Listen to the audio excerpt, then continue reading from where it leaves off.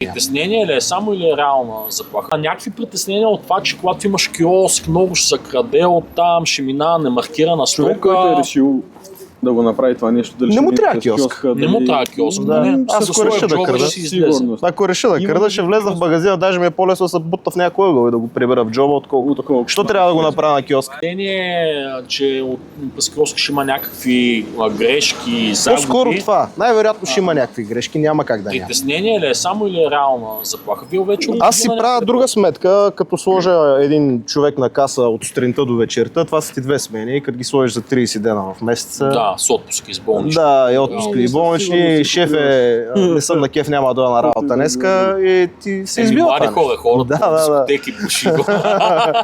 Препил вечерта. Имаме един случай, един наш работник заспа пред магазина в колата сутринта. След Бушидо, да, момчето не е виновно.